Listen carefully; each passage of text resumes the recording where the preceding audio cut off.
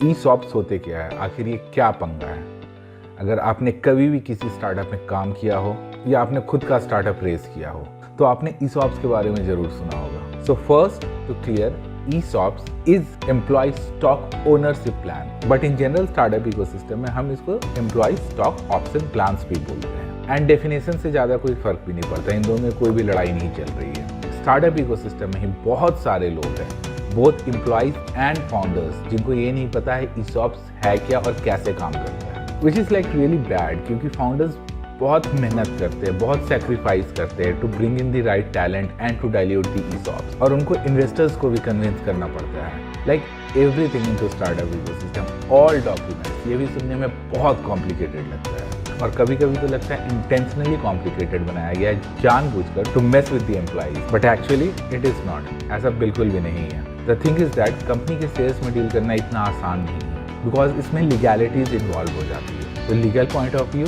It is not that easy. So we have started a series Hindi में इस बार, ताकि ये वाइडर ऑडियंस को रीच आउट कर सके, जहाँ पे we will be talking about terms which are used in to startup ecosystem, और जिनको सुन के लोगों को ये लगता है कि they really need somebody from the professional background to understand each and every terms. If you are completely आप बिल्कुल ही नए हैं स्टार्टअप इकोसिस्टम में, तो let me tell you, India में it is customary to provide ESOPs to the important employees and new hires। सिर्फ इसलिए नहीं कि एक स्टार्टअप के पास उनकी सैलरीज देने के लिए बजट नहीं है, but it also brings skin in the game. Employees को खुद की कंपनी लगने लगती है तो लोग ज़्यादा मन लगा के काम करते हैं। एक मिथ है, बहुत से लोगों को लगता है कि ये एक्चुअल कंपनी शेयर्स है, जो कि वो नहीं होता है। सो लेट्स स्टार्ट दोनों का डिफरेंस देखते हुए। What is actual company share and ESOP? जब फाउंडर्स कंपनी रजिस्टर करते हैं और इनकॉर्पोरेट करते हैं तो वो शेयर डिफाइंस करते हैं, जो कि आपस में स्प्लिट होता है। कुछ फाउंडर्स को जाता है, कुछ को फाउंडर्स को जाता है। किस फाउंडर को क्या शेयर मिल रहा है वो डिसाइड करता है उसकी कितनी ओनरशिप है कंपनी में। To take an example, suppose कीजिए एक फाउंडर को 5 लाख शेयर्स मिलते हैं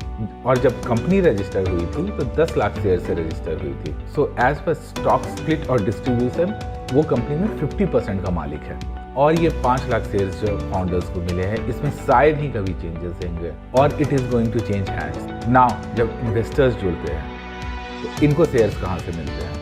तो इनके लिए नए शेयर्स जनरेट होते हैं। एंड ऐसे ही ओवर ए पीरियड ऑफ जब मल्टीपल राउंड्स रेज होते हैं तो फाउंडर्स की इक्विटी कम हो जाती है। स्टार्ट में वो 50% थी, अब वो कम हो जाएगी, बट उसके शेयर्स 5 लाख ही रहेंगे। जब कंपनी रजिस्टर्ड होती है और जो हमने लास्ट एग्जांपल में देखा 5 लाख शेयर्स, तो उस समय उस शेयर्स की वैल्यू कुछ भी नहीं होती, ऑलमोस्ट नील होती है, क्योंकि स्टार्टअप अभी तक स्टैब्लिश नहीं हुआ है, कोई रेवेन्यू नहीं है, कोई आईपी नहीं है, तो उसकी वैल्यू पैसे में होती है। तो उस टाइम पे इस पे कोई टैक्स इम्प्लीकेशन नहीं होता जब फाउंडर्स को ये शेयर मिलते हैं। बट जैसे इन्वेस्टर्स पैसे डालते हैं, इन शेयर्स की वैल्यूज हो जाती है, वैल्यूएशन। इसके ऊपर एक और वीडियो है, I will share the link below, आप जाके उसको भी चेक करो। So let's take an example. So example के लिए let's talk in the dollars only, because startup ecosystem में जितनी भी बातें होती है हम मिलियंस एंड डॉलर्स में ही करते हैं। तो जब हम वैल्यूएशन एंड फंड रेजिंग की बात करेंगे तो let's talk into dollars. Vesting period is another interesting thing. We have created a video on this, so we will share it soon, go through that as well. So in this example suppose करते हैं एक startup ने seed round में $1 million का fund raise किया at dilution of 20% of equity. इसका ये मतलब होगा कि 2.5 लाख नए शेयर होने जा रहे हैं। अब हम 2.5 लाख के नंबर पे कैसे आए, इसके लिए post money valuation and pre money valuation की एक वीडियो है, go and watch that also. ये 2.5 लाख नए शेयर हम इन्वेस्टर्स को इशू करते हैं, एंड इसके बाद कंपनी की वैल्यूएशन $5 मिलियन हो जाती है, जो कि हर शेयर की वैल्यू $4 पे लेके आके खड़ा कर देता है। सो अब जो फाउंडर्स के पास शेयर थे उनकी वैल्यू $2 मिलियन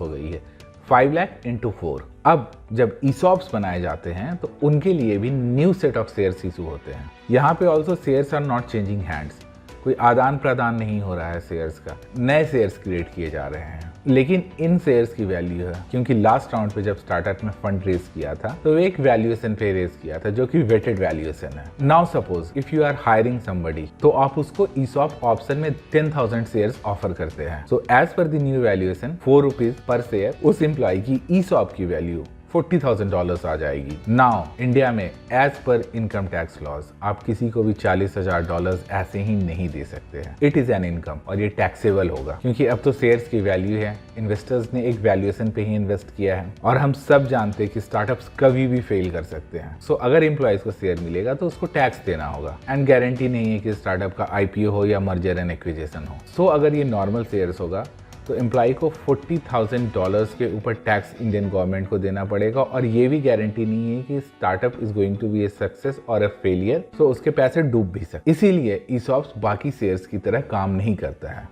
स्टॉक्स की जगह उनको स्टॉक ऑप्शन देते हैं। स्टॉक ऑप्शंस हमेशा स्टॉक खरीदने का ऑप्शन होता है एक फिक्स स्ट्राइक रेट पे। सो इन दिस एग्जांपल स्टार्टअप क्या करेगी, वो एम्प्लॉय को एक ऑप्शन देगी। आपके पास ऑप्शन है कि आप $4 पर शेयर के स्ट्राइक प्राइस पे 10,000 शेयर्स खरीद सकते हैं, जो कि करंट फेयर मार्केट वैल्यू है as per the latest valuation when the fund was raised. इसीलिए एम्प्लॉयज के पास इन शेयर्स का ओनरशिप नहीं होता है, उनके पास बस ऑप्शन होता है। उन्हें एक फिक्स स्ट्राइक प्राइस, इस केस में $4 पर शेयर पर खरीद सकते हैं regardless of what happens to the company. अगर फ्यूचर में कंपनी एक्वायर हो जाती है say at a valuation of $50 million, तो इसका मतलब ये है कि पर शेयर की वैल्यू अब बढ़ के $40 हो गई है। नाउ अब यहाँ पे ESOPs एक्साइटिंग होता है क्योंकि इस एम्प्लॉइज के पास अब स्टॉक खरीदने का ऑप्शन है। $4 पर शेयर में 10,000 शेयर खरीदेगा एंड वो नए बायर को $40 पर शेयर सेल करेगा। पर शेयर पे उसको $36 मिलेंगे, जो कि 900% प्रॉफिट है। सो जो $40,000 के शेयर थे जो उसकी हायरिंग के टाइम पे एज एन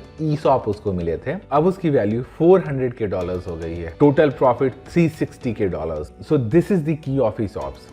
तभी फायदा है जब कंपनी के शेयर्स की वैल्यू बढ़े आपको ESOPs मिलने के बाद। एम्प्लॉइज के लिए एक क्लेवर सिस्टम है जो टैक्स लायबिलिटी नहीं क्रिएट करता है। यहाँ भी एक कैच है, स्टॉक ऑप्शन एक्सपायर भी करते हैं। मैक्सिमम स्टार्टअप्स में 10 साल में एक्सपायर कर जाते हैं। ऑल्सो जब एम्प्लॉइज स्टार्टअप छोड़ के जाता है तो उनको 30 से 90 दिन मिलते हैं अपने स्टॉक ऑप्शंस को एक्सरसाइज करने के लिए। वो ये ऑप्शन एक्सरसाइज करेंगे, उनकी टैक्स लायबिलिटी बनेगी। अभी वो शेयर्स को सेल नहीं कर सकते बट उनको गवर्नमेंट को टैक्स देना पड़ेगा। और वर्स्ट केस सिनेरियो, अगर फ्यूचर में स्टार्टअप फेल कर गया तो जो टैक्स के पैसे थे वो गए। ये भी एक कारण बहुत सारे एम्प्लॉइज अपना ESOP ऑप्शन एक्सरसाइज नहीं करते हैं और वो छोड़ देते हैं। So this was in and out of ESOPs। If you like the information presented in the video, do like, share and comment and don't forget to subscribe our YouTube channel.